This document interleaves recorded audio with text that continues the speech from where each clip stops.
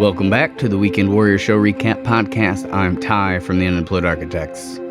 So this week, I have a couple shows to talk about, but I also have something a little more interesting that I want to kind of start off with today. So this is something that I've talked about maybe once or twice before, but the susceptibility of musicians. So this happened, and other stuff like this has happened along the way plenty of times, but this was something, essentially I got scammed. That's, I didn't get all the way gone through with, and, I just got scammed out of some time, really, but it was the potential that I would have gotten scammed out of a good amount of money. But, so let's get into that right at the start here. So, I was at the zoo with Lo the other day, and I got an Instagram message from some looked like middle-aged guy. He messaged me. He's like, "Oh, I really like your music. I've been listening to all your Instagram videos all day," and that should have been maybe a little bit of a red flag. But sometimes you get stuff like that, and it's legitimate. But he's like, "So I have a daughter who's turning 5, and I just thought it would be really cool if you could write her a birthday song, and I'd pay you $500 to do it." So, me as the gullible idiot I am, was like, okay, let me think about it. And I thought about it for a while. And honestly, the thing that was holding me back wasn't the likelihood that it was a scam. It was the likelihood that I wouldn't be able to actually do the job. I don't know if I can write a birthday song. I've never done that before. So I thought about it a while, and, I asked, we were kind of talking back and forth, and I asked him a few times, like, what are her interests? And he was like, okay, well, Cinderella, she really likes Cinderella. Maybe call her Cinderella in the song or something like that. She really likes, to have tea parties. And then she really likes this show called, The something Masks and PJ Masks. And these were like cartoon superheroes, and she likes Owlette. That's like her favorite one out of all of them. And so I'm mulling it over, and I start thinking, could I even do this? And then I come up with like a line or two, and I'm like, yeah, I could definitely do this. So I message him back and say, yeah, we can go ahead. And he said something that was another red flag that I should have kind of registered. But he was like, so I got to pay you in check out of a savings account. And, you can just, we'll give you $200 to start, and we can just pay you the rest when it's done. So I was like, okay, that sounds cool. And so I spend about 2 hours on the song. And, this is just me coming up with lines, me coming up with a little guitar part, me coming up with, the whole thing essentially. And then I told him I would send him a rough draft because, if there's any changes he wanted to make, or there was one line in it I wasn't like crazy about, but it kind of was just cute and in the, theme of the song. So I thought, I'd let him decide whether he wanted me to keep it or not. And ultimately this was going to be like a birthday video. So I'm doing like essentially a scratch audio track just so he can kind of hear the vibe and hear the lyrics and stuff like that. So I send him that late at night, and of course he doesn't get back to me. And then I wake up to a message that says, oh no, there's been a mistake. My wife accidentally took out $2,000 instead of $200. Now this was this was the first red flag that really registered, I would say, with how I was thinking about it. And I was like, okay, well, you can just Venmo me the money, no big deal. You could cash it or cancel it and get money out. And he was like, well, this is a child's savings account. It's for her. It's her savings account. So this was definite giant red flags. Like, why would you be paying for something so silly with a child savings account? Why she wouldn't want to pay for that? That money's probably for her college, and it's all the stuff I'm thinking. So I just say, no, that's okay. And he's like, so here's what I can do. I trust you. He's like, I'll send you the check. You go ahead and deposit it and just give me the $1,500 that you owe me back. I trust you. He was very And that was the one that was like, nope, not doing this. But so and he continues to try to talk his way out of. But I've heard of this scam before. Like there was a one that tried to get me a while back that was a similar thing, but it was for sometimes you'll get a text about driving, like if you put a sticker on your car and with like a business name on it, they'll send you the decal and you'll get paid this much for however far you drive or whatever. And so I looked online on that, and by Lowe's request, really, because I'm again a gullible idiot. And it was this exact scam, because it's like then they try to pay you, but they say, oh well, we make it the checkout for this much, and you send it back after you take your cut, send back the money.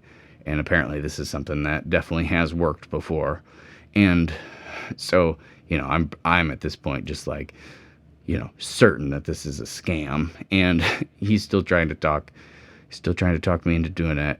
And eventually I just kind of was like, if you can just keep the little audio I did for you. You can give that to her for free, save the rest for her college. And no harm, no foul. You get a free song. I get, really nothing, but I don't get scammed, I guess is what I gain in this situation. And anyway, so yeah, that happened. And I just always think about, like, because this isn't the first time something similar like this has happened or hasn't happened, but just how gullible. And we want the dream so bad. Like we'll do anything to get it. That guy was like right away buttering me up, like, oh, I really like all your music. And the kicker of that too was I had just put a little clip of a song I've been working on that's based on The Lion King. So like I tagged The Lion King and a couple other phrases from that movie, and it's actually based on like being on, like, from the perspective of Scar, like The Lion King from his perspective. And so I did all these Lion King hashtags. So I was thinking he may have found it through like Disney songs or Disney some hashtag I put on it. I was like, oh, this makes this would be cool. So, and I just want to believe that people like my music and people. So of course he's already like got me kind of not hook, line, and sinker, but on the hook for sure. After he's saying that, and then he's saying he's going to pay me all this money. Of course, that sounds great. It's like, yeah, I get to make money for making music. Like, that's awesome.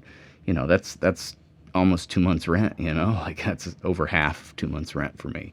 So I would have been like all about it if it had worked out. But anyway, so I don't know if this is like a public service announcement or what I'm hoping to express in this, but I just thought, so it's probably something that not a lot of people would think, maybe, that musicians are so gullible and easy to scam. And B, that if you hear of any other, anybody that's trying to send you a check and then have you send back because they made it out for too much, or they send you a larger amount and say you can keep this much, but you have to send this much back. It's not legit, like, at all, because you would never need to do that. The guy that was scamming me he said he had to talk to the bank manager, or the daughter's account manager, and get the check issued to me. It's like all this stuff, but then he couldn't go back to the account manager and talk to them about canceling the check. Like, it just didn't make any sense. But anyway, so that's something that happened earlier in the week that I just thought was interesting. And I'm going to end this podcast with the song that I had written for this person. Her name was Gracie. Like I said, she liked, I'll get into that at the end. All right, so the shows this weekend, I had Friday in Rantoul for a outside event called Freedom Fridays, and then Saturday I played at this the Lincoln Square in Clinton for this like weird small kind of, I'd say, DIY show, and I'll get into those. So the Rantoul Freedom Fridays, weather was looking iffy all day, but it ended up, and it was fine. It was like perfect temperature out. Doug came to this show, and overall, I think we played really well. I did a couple weird things that I don't know why I did it, but it kind of made me look silly, maybe. But I, this guy came up and was requesting like some bluesy stuff or some like classic rock stuff, and so I'm like, he's asking for some 80s song. He just asked for a bunch of stuff, and I was like, well, I could do like a classic rock. I could do like Zeppelin, and this isn't like a normal song I sing. It's one that Lo sings. So me and Doug, now Doug knows it from when Lo sings it, but I don't even really know the words. So I like pulled them up on my phone really quick and just kind of threw it out there. By the second half it was okay, but it was pretty sloppy all around. I only broke one string, which is always a positive. They paid me more than I expected, which was good. Good tips. And yeah, it was all around great. I mean, I just felt good that night, which, you got to treasure those nights, right? It was just like the perfect weather. It wasn't like everybody was so into it, but there was a good handful of or a couple groups that were real dialed in, and I just made all these stickers that I was giving out, and like kids love that kind of stuff, stickers and magnets. So I got a lot of those out. Lo helped me with the production on those because I bought a paper cutter. I found out you can get the stickers designed and printed like pretty cheap. And I always like to have something in the tip jar to, give away, with each, it just, instead of referencing, hey, the band's here, we got a tip jar, it sounds kind of greasy. But if you say, hey, we got free stickers in the tip jar, maybe more people will walk up and be a little bit more generous. And it's not like the production cost on that stuff is zero. So, I mean, I need to have some of that to kind of recuperate. But CDs are so expensive, and I don't even know how many people actually listen to the CDs. Stickers and magnets, it's like everybody can just throw that on something. And I did this thing where actually Lo got me these like 5 little Spotify stickers that you can scan from your Spotify app that go directly to one of my songs. So I ended up and printed out a bunch more of those and put those on each sticker. So each sticker and each magnet you can scan in Spotify, and it'll go right to one of the songs, which I thought was a cool idea. But so yeah, I've been working on that kind of in my spare time, trying to get a lot of that stuff ready to rock for the weekend. And that went over really well at the Rantoul show. So it was like the kids really liked it. Lo made me this awesome tip bucket. It's like we were using the suitcase for a while with kind of a janky sign. And she's made all that kind of stuff over the years. She's really good that way and likes to do stuff like that, and we obviously appreciate it.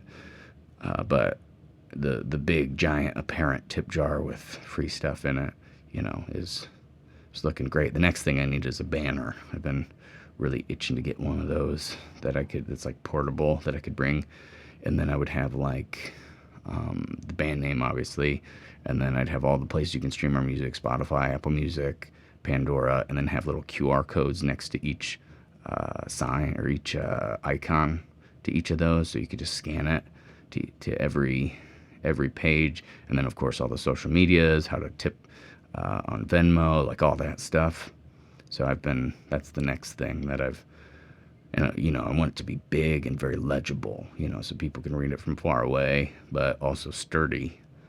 But that was the only thing we were missing on this show on Friday. But yeah, I live streamed the second half, which sounded pretty good. I think ultimately it seemed like Doug was having a lot of fun, and I don't know, I get a little bit in my head when the camera's on, so sometimes it doesn't go great, but it went good enough, and it was our last hour, so we were good and warmed up.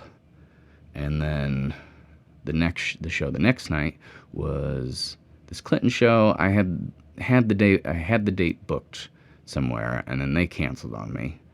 And then I just couldn't really get this date booked because it was like too short a notice. And then a guy from Clinton, Travis, he hit me up and was like, he's from a band called Ink Cloud, and hit me up and asked if I would be interested in doing a show. And so I was like, yeah, why not? So, he's like, well, and he did mention like there's not going to be any money, and it's pretty much a free show. So, but I had the night open, and I'm always up for kind of an adventure, and so I did it. I ended up, and they didn't really have much sound going on, and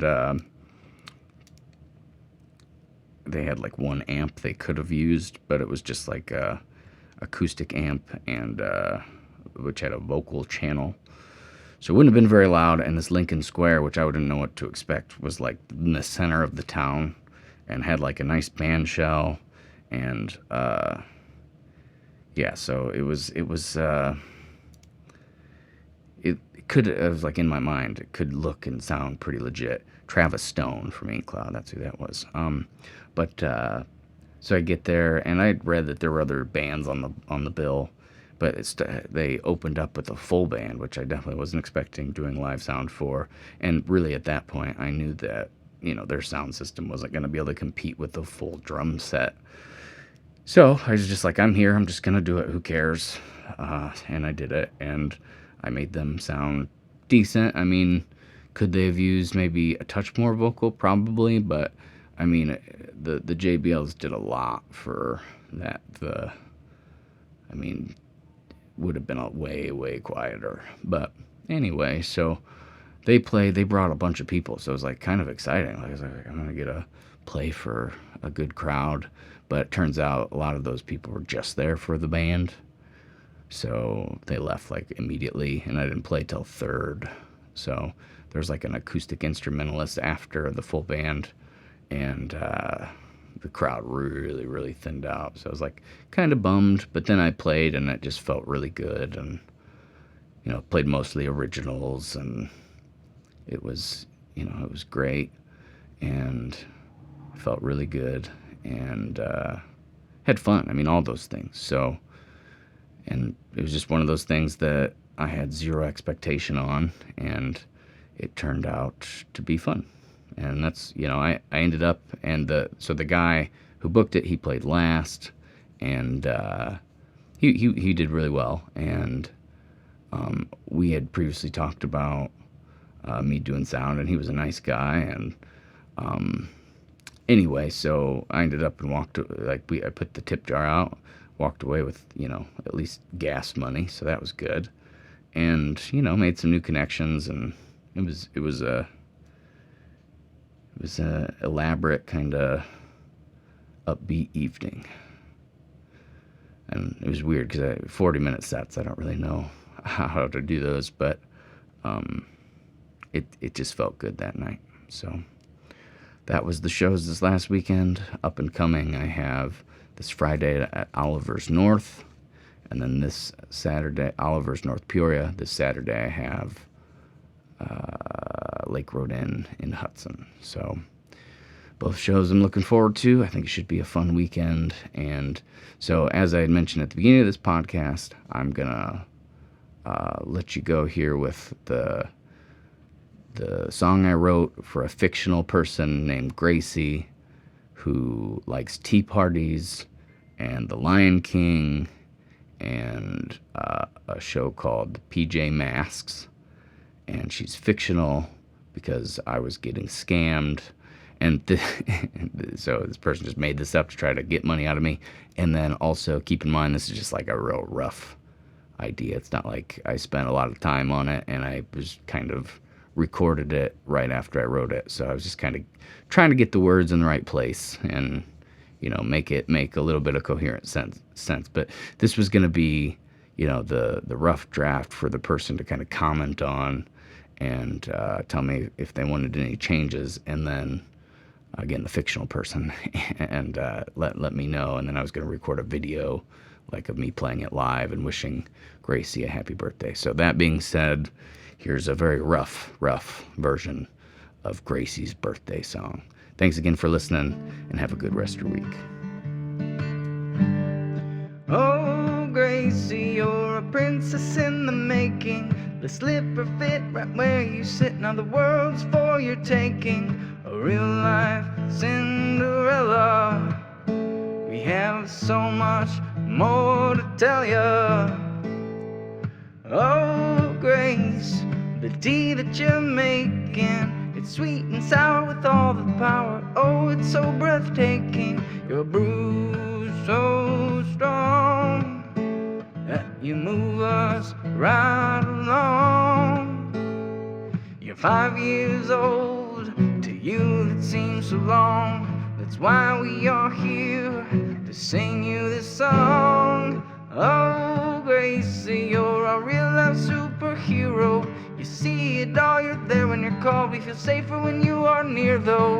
An outlet without a mask, and you're growing up so fast. Oh, Gracie, you're a princess in the making. The slipper fit right where you sit. Now the world's for your taking. A real-life Cinderella. You'll be a princess to a lucky fella. That's what we're here to tell ya. Oh, Grace.